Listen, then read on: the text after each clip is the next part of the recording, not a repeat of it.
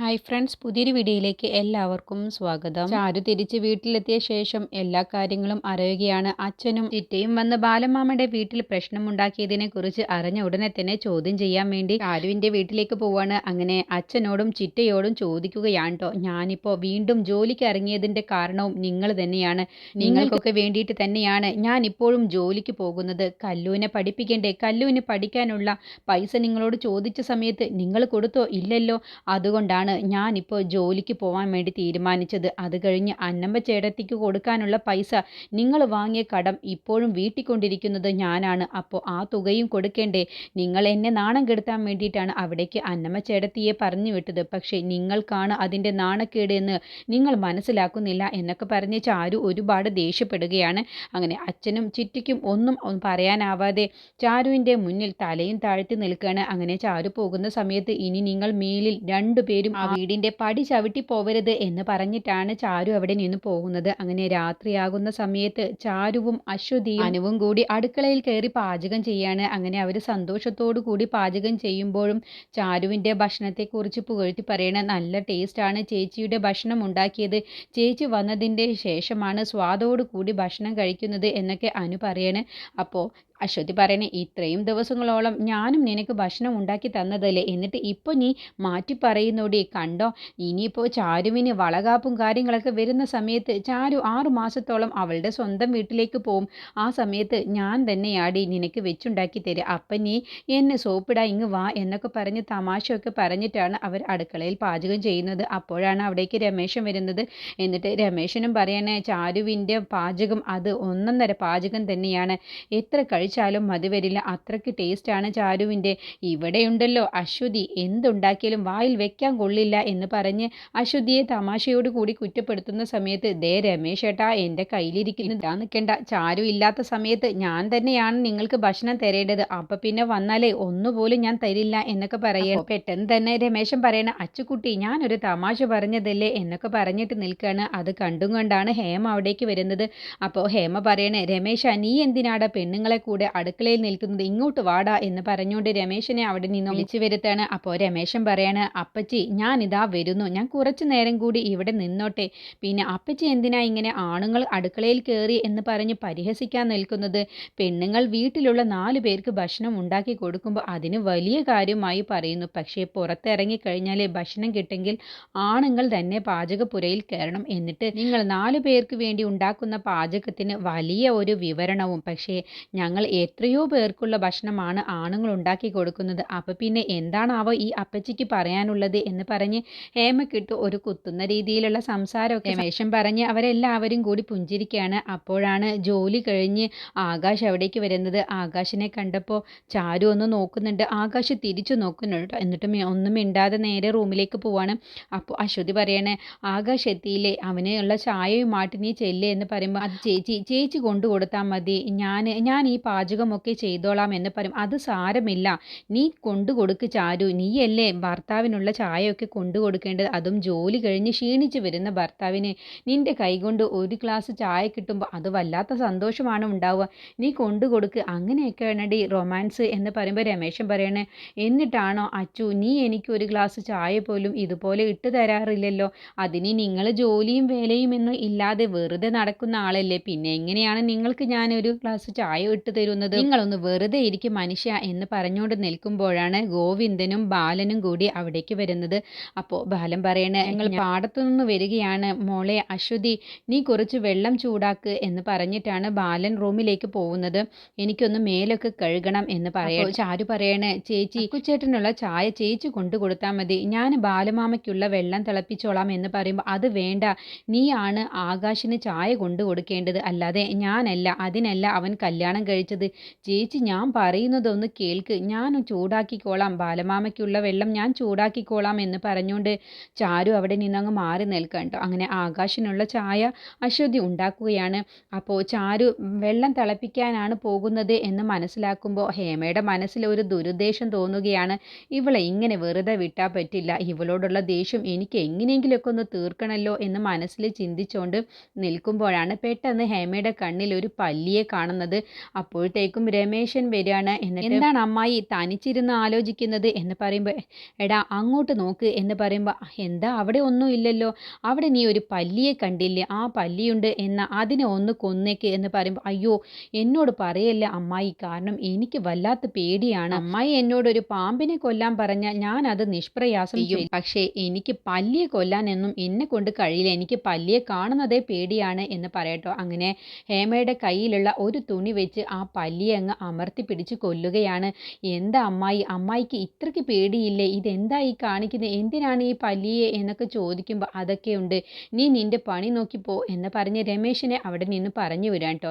അങ്ങനെ ബാലനുള്ള വെള്ളം തിളപ്പിച്ചുകൊണ്ട് അതുവഴി ചാരു വരികയാണ്. അപ്പോൾ ചാരു വരുമ്പോൾ ഹേമയും തിരിച്ച് ഇങ്ങോട്ട് വരികയാണ് കേട്ടോ. അങ്ങനെ ഹേമ മനസ്സിൽ ദുരുദ്ദേശം വെച്ചിട്ടാണ് ചാരുവിൻ്റെ അടുത്തേക്ക് ഇങ്ങനെ വരുന്നത്.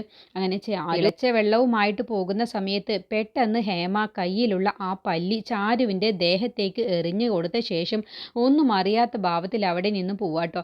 അങ്ങനെ പല്ലി ദേഹത്തേക്ക് ചാടിയ ഉടനെ തന്നെ ചാരു അങ്ങ് ഞെട്ടിപ്പോവാണ്. അങ്ങനെ ചാരുവിൻ്റെ കയ്യിലുള്ള ആ തിളച്ച വെള്ളം മുഴുവനും ദേഹത്തു കൂടെ അങ്ങ് പോവുകയാണ് കേട്ടോ. എന്നിട്ട് ചാരു വെപ്രാളം പിടിക്കുകയാണ് പൊള്ളലിൻ്റെ ആ ഒരു ചൂട് കൊണ്ടും. അത് കഴിഞ്ഞ് പല്ലിയെ കണ്ട വെപ്രാളവും പേടിയൊക്കെ കൊണ്ട് ബാലമാമയെ ഓടി വാ എന്ന് പറഞ്ഞുകൊണ്ട് അലറിങ്ങോണ്ട് വിളിക്കുകയാണ്.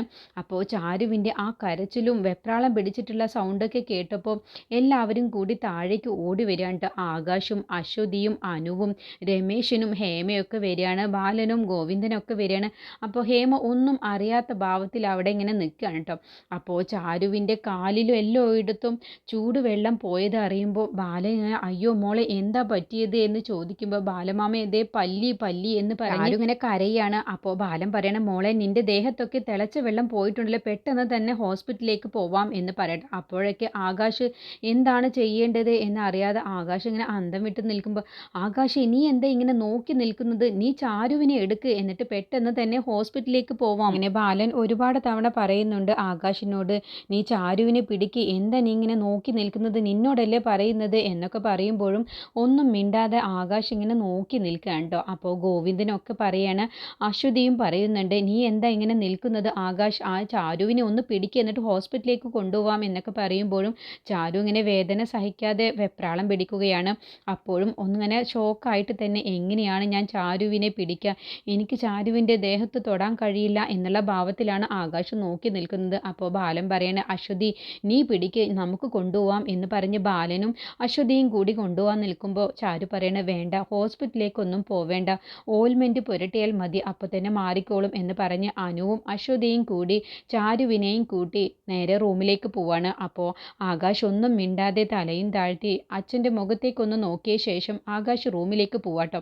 അപ്പോൾ ഹേമ ഒന്നും അറിയാത്ത ഭാവത്തിൽ ഒരക്ഷരം പോലും മിണ്ടാതെ ഹേമയും അങ്ങ് പോവാണ്. അപ്പോൾ ഹേമ പോകുമ്പോൾ ബാലൻ ഒരു ചെറിയ സംശയം വരികയാണ്, ഇവളെന്തോ ഒപ്പിച്ചതാണോ എന്നുള്ള ഭാവത്തിലാണ് കേട്ടോ ബാലൻ ഹേമയെ നോക്കുന്നത്.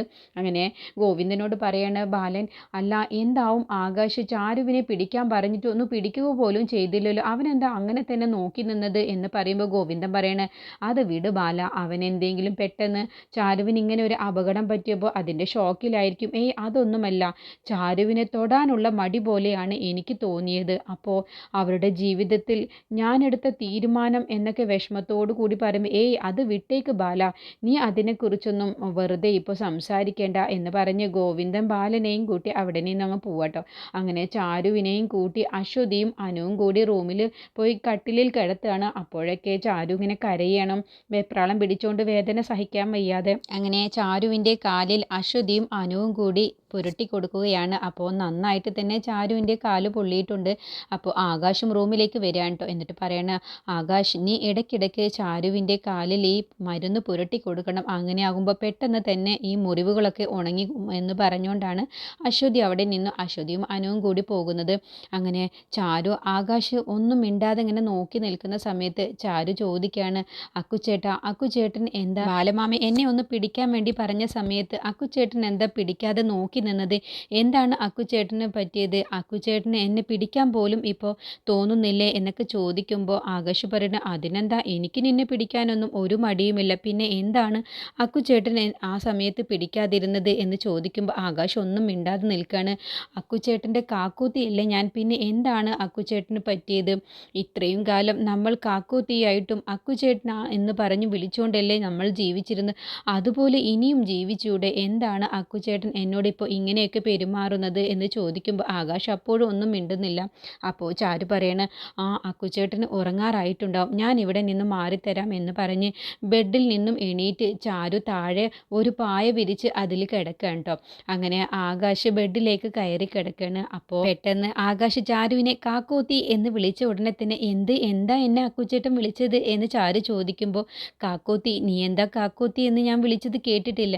എങ്കിൽ അക്കുച്ചേട്ടൻ ഇനി മുതൽ എന്നെ കാക്കോത്തി എന്ന് വിളിച്ചാൽ മതി, അക്കുച്ചേട്ടൻ അങ്ങനെ വിളിച്ചാൽ മതി എന്ന് പറയുമ്പോൾ, അങ്ങനെ ആയിക്കോട്ടെ കാക്കോത്തി, ഇനി മുതൽ നിന്നെ ഞാൻ കാക്കോത്തി എന്ന് തന്നെയാണ് വിളിക്കുകയുള്ളൂ എന്ന് പറഞ്ഞ ഉടനെ തന്നെ ചാരുവിന് വല്ലാത്ത സന്തോഷം വരാണ്ട്. ചാരുവിൻ്റെ കാലിൽ പൊള്ളിയ ആ മുറിവ് പെട്ടെന്ന് അങ്ങ് ചാരുവിൻ്റെ മനസ്സിൽ നിന്നും പോയിട്ട് വാ തോരാതെ ആകാശിനോട് സംസാരിക്കുകയാണ്. അക്കുച്ചേട്ട, നാളെ നേരത്തെ തന്നെ എല്ലാ പണികളും തീർത്തിട്ട് നാളെ ഞാനും തുണികളൊക്കെ വിൽക്കാൻ പോകും എന്ന് പറയുമ്പോൾ, ഈ കാല് വെച്ചോ? ഇല്ല കാക്കോത്തി, നീ ഇനി കാലിലെ മുറിവൊക്കെ ഉണങ്ങിയ ശേഷം പോയാൽ മതി. അതല്ല അക്കുച്ചേട്ട, എനിക്ക് എന്തായാലും നാളെ തന്നെ പോവണം. ആ സമയത്ത് പെട്ടെന്ന് ചാരുവിന് വേദന വരുമ്പോൾ അങ്ങനെ ചെറുതായിട്ടൊക്കെ വേദന വരുന്നതൊക്കെ കടിച്ചമർത്തി കൊണ്ടാണ് ആകാശിനുമായിട്ട് സംസാരിക്കുന്നത്. അതല്ല, എനിക്ക് അത്യാവശ്യമായിട്ട് ചില ആളുകൾക്ക് തുണികളൊക്കെ കൊടുക്കാനുണ്ട്. ചാരുവിന് പരിചയമുള്ള ചേച്ചിമാരുടെ പേരൊക്കെ എടുത്തിട്ട് പറയുകയാണ്. ആ ചേച്ചിയുടെ മകളുടെ കല്യാണ നിശ്ചയമാണ്, മറ്റേ ചേച്ചിയുടെ കുട്ടിയുടെ നൂൽകെട്ടാണ്, അങ്ങനെ ഓരോ കാര്യങ്ങളായിട്ട് ഇങ്ങനെ എടുത്ത് പറയുകയാണ്. പുടവ കൊടുക്കണം, അതാണ്, അങ്ങനെയുള്ള കാര്യങ്ങളൊക്കെ പറയുന്ന സമയത്ത് പെട്ടെന്ന് ആകാശ് പറയുന്നു, അയ്യോ കാക്കോത്തി, നീ പോയിക്കോ, എനിക്ക് സമ്മതമാണ്, ഞാനൊന്നും പറഞ്ഞില്ലേ എന്ന് പറഞ്ഞുകൊണ്ട്, എന്നാൽ പിന്നെ നീ ഉറങ്ങിക്കോ എന്ന് പറയുമ്പോൾ ചാരുവും ആകാശവും ഒന്ന് ചിരിച്ചുകൊണ്ടാണ് കേട്ടോ രണ്ടുപേരും പിന്നെ അങ്ങ് കിടക്കുന്നത്. അങ്ങനെ ചാരു ആകാശിനെ നോക്കുന്നുണ്ട്, ആകാശും തിരിച്ച് ചാരുവിനെ നോക്കുകയാണ്. അങ്ങനെ രണ്ടുപേരും അപ്പുറത്തെ സൈഡിലേക്കായിട്ട് രണ്ടുപേരും അങ്ങോട്ടും ഇങ്ങോട്ടും തിരിഞ്ഞ് കിടക്കുകയാണ് കേട്ടോ. അങ്ങനെ ചാരു പിന്നെ അറിയാതെ അങ്ങ് ഉറങ്ങി പോവുകയാണ്. അപ്പോഴും ആകാശിന് ഉറക്കം കിട്ടുന്നില്ല. അങ്ങനെ ആകാശ് തിരിഞ്ഞു നോക്കുന്ന സമയത്ത് ചാരു നല്ല ഉറക്കത്തിലാണെന്ന് മനസ്സിലാക്കുമ്പോൾ ചാരുവിൻ്റെ കാലിലേക്കൊന്ന് നോക്കുകയാണ് ആകാശ്. അപ്പോൾ അശ്വതി ആകാശിനോട് പറഞ്ഞത് ഓർമ്മ വരികയാണ്.